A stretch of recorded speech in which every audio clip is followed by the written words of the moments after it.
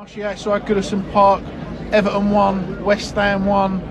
Last minute equalisers are always hard ones to swallow, aren't they? I think we're lucky the season's over. We've got nothing to play for there, and I think we were largely the better team. Second half, we seemed to sort of bring it together, and I think our two fullbacks were outstanding. I'll be honest.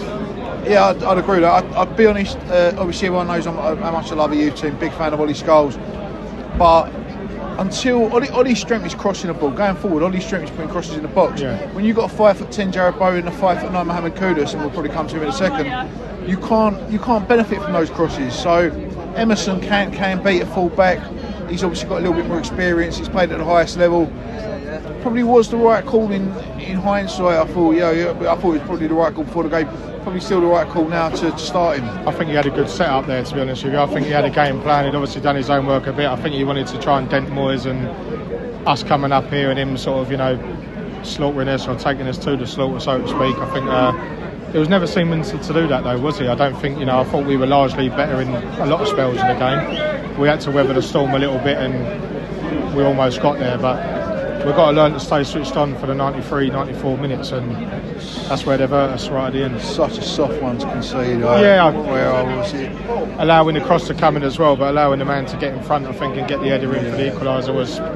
We've seen it before. We're going to see it again, and we go back and tighten that sort of thing up, don't we? I think we look a far different team with Mavropanos in that defence than we do when he's missing. Like, we don't have him. Obviously, we know he's got a mistake in him. We know he's not a Premier League centre half, but I think he was his man as well that come across it, didn't it? I think he sort of switched off and ducked out a little bit and rabbit in headlights maybe when he needed to, put his head in where it hurts, and you haven't got a Souček at the back there where we may have needed it. But I mean, taking into our goal, I think Souček, he likes to go on this ground, and he silenced him a little bit.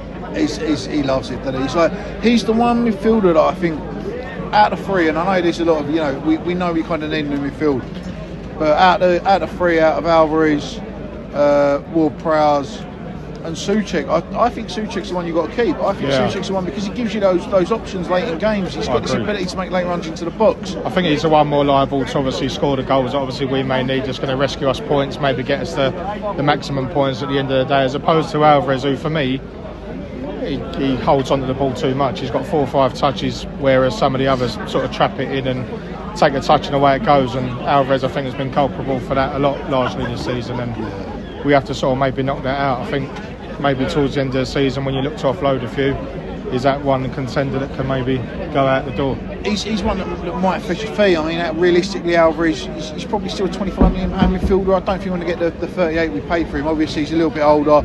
Obviously, his form this season hasn't been what it was. But there's still a good holding midfielder. There's a good number 6, a good hatchet man there that will do a job for someone. I can't see how someone that can sit in front of that back four maybe and just sweep up and sort of maybe command it a bit. Ward-Prowse as well, I think he's been largely one of our best players since coming back in from the loan from Forest. Definitely. I think today seemingly he's the only one who can play a pass obviously in that midfield three, and the one that maybe can inject a bit more pace, so to speak, than maybe the other boys, and his set pieces could have paid off a lot more today. But I think our deliveries and our crosses were sort of on point and looked like something was going to happen. I'd agree. And he's the one player that's got a bit of an engine in that midfield. He's the one player that does have some abilities. Like, as much as I love Souček, his strength, he's running those late runs in the box, but he doesn't look like a box-to-box midfielder. Alvarez isn't a box-to-box midfielder. Ward-Prowse does give you that. He does give that ability. That's what I said, a box-to-box midfielder. I think he's got that energy, and I think maybe where he's reserved a bit of Forest not getting the minutes, and maybe cup games he comes on late in the league games as well. But I told you that before, and I'll say it again. I think he's one of our pivotal players between now and the end, and just to maybe consolidate. Listen, we're probably in a sense lucky that there's 3 worse teams than us, maybe a couple more as well, but we're certainly down in that fight if it was to be, and maybe we're lucky that it's not going to be because of those 3. But I mean, it's a point game that they Wolves have beaten Southampton, so Southampton is still, obviously I don't think they was in the mix anyway, but Leicester and Man United tomorrow, you think Man United, even with their form, they're going to do something. Should be, yeah. And Ipswich are lost as well, so it's still a point clear. I still don't think we're going to be in any danger. I think before the game, would you have taken a point? Would you coming up here thinking we'd take all 3, or was the point really enough?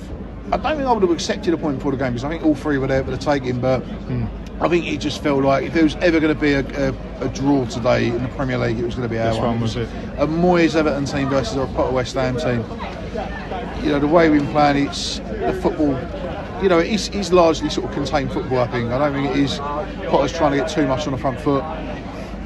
So it was always going to be today. It was a lacklustre kind of affair, and so it proved. What's he got to do, drop Kudus? I mean, like I can't be the only one seeing this now. That I mean, I've got this wrong. I said I think it was after we played Palace away. I remember saying then that I wanted to see Kudus up front. I thought there was a striker there.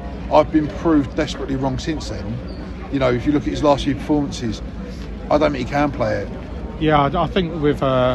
I think maybe I've touched on it before. I think Kudus is maybe, he looks about as obviously one of the main men. He's always going to be one in the starting 11. He's probably one that you want on there. All right, he removed him towards the end, didn't he, to pack the midfield a little bit and maybe cling on to what we got in case there was a chance of a winner, which we know obviously we was on the back foot since we conceded a goal for that 3-4 additional minutes. But Kudus, I think he's going to inject that pace. I think, although to be fair, when he got the ball in spells, especially second half, he seemingly, when we could have bombed on, he sort of held up at the halfway line and went to come back, which is a bit negative. But I do understand that. I think maybe we need the better players and we need to build around players like that, especially coming to the end of the season in the summer as well. I think does Kudus go? Do they build around him? Does he set out his stall? And do you reckon he's going to be given a load of money, obviously, in the summer to configure his own team? Who knows? With PSR, with the money we've spent over the last 2 or 3 summers, at some point it's going to catch up on you. But the rebuild here at the moment is looking huge because this is an ageing team, and we are going to need to sort of start injecting some of this youth into it, and we are going to see because otherwise this team will just get old and will just fall into this lap cycle of, you know, short-term answers because the money isn't there for the long-term answer. We've got to, you know, the time to fix the hole in the roof. We are going to need to sort of start injecting some of this youth into it, and we are going to see because otherwise this team will just get old and will just fall into this lap cycle of, you know, short-term answers because the money isn't there for the long-term answer. We've got to, you know, the time to fix the hole in the roof is when the sun's shining. Yeah, and we've got to start seriously looking at that this summer with a little bit. I think it's going to be interesting who we can bring in as well. I think there's whispers of 2 or 3 maybe to come in. I've heard that Webster from Brighton, the centre half, maybe this Gomez, and then Jonathan David, who I think especially up top can find the net, and if he gets in on a free, can't odds that, can you? If you're Jonathan David, you've got to be one of the most sought after free agents in Europe. Are you going to get a bigger club than West Ham? Probably. I mean, you know, maybe we can put the wages down that's going to persuade him, but I'd be surprised if we can get a player of that calibre and that reputation to come here. You'd like to hope that we can, and maybe obviously we can turn that corner, especially, you know, at the front line where, you know, we want someone who can score at least 10 or 12 maybe going forward. But we're going to obviously a break now. Yeah. And then obviously we don't come back to the 1st of April. Wolves, I think it is. 2 weeks. Away to Wolves, open Bournemouth. Points are points now, and I think we just got to see out the remaining 9 games, is it? Yeah, I would like to say that. I would go Dad. It's a long pre-season, but admittedly at the moment, the more I see this persistence with Kudus when he's clearly out of form, the more I see this persistence from Mavropanos. I don't know why Rodriguez came off the bench. Yeah. You know, the more I see these kind of persistence with players. I've said, you know, this is his pre-season. I want to stick with him. You know, I'm going to give him the rest of the season. I'm not going to get this case too early. But it is starting to test a little bit when it's like, come on, you've got to be seeing what the rest of us seeing at this point. Yeah, I think that is an interesting factor. I think he sort of, they go away, do their own work, maybe rewatch a game, you know, where have we gone wrong, where have we gone right, where can we strengthen, where have we been a lot more positive. Just to shout quickly at the end there, David Moore's coming over and obviously sort of held his hands up as if to say he almost got over the line. Yeah. Obviously what he's achieved with us, I know that some people are on the fence, some are against him. I think large amounts of the support are with him. We appreciate what he's done over that period of time. Won us a European Cup, of whatever calibre that it is, whatever level it is, and fair play to him for that. Whatever it was, I mean, we went all over the continent. We had some great trips with our mates, and it was great fun, and we owe it to him. And when the dust settles, and you know, it's probably a bit too early. He was only here a year or so ago, but you know, it was the right time for him to go. The last 6 months of the season was desperately poor. The last 6 months of the season was desperately poor. And it was the right time for him to go, but that doesn't detract from the the 3 seasons in Europe he gave us and the brilliant memories, and you know, I'm always remembering him fondly. I don't wish him any harm. Yeah, I don't same. wish him any failure. You know, but obviously when he comes back, I want us to beat his teams. Yeah, of course. Yeah, I'd love to have won today. Obviously, you know, it's our team against whoever it is that their manager is, and in this case, David Moyes, and essentially maybe going back home to Everton where he knew what he was about, where he obviously done very well on limited amount of funds, I believe, under Ken Wright and the rest that goes with it. But just before we sign off, obviously, this is our last visit to Goodison, and obviously historic ground, and Everton are now moving on to pastures new and obviously leaving this ground behind, and we obviously... Do you know, obviously they're going to what looks like on the face of it a fantastic purpose-built football stadium, but we know once you leave your home, like there's something in here, there's something in this ground, there's something soaked into the walls. It's 150 years of history, it's all the atmosphere, it's everything that... A proper football ground in this division as well. They're exactly. One of the lasting ones, and there aren't many like this. I mean, this is especially even at this game, 1-1, and you know they're singing Everton, you know, getting behind their team, and it's sounding loud, and it's, you know, stamping down an authority, if you like, especially, you know, when you're here at home, and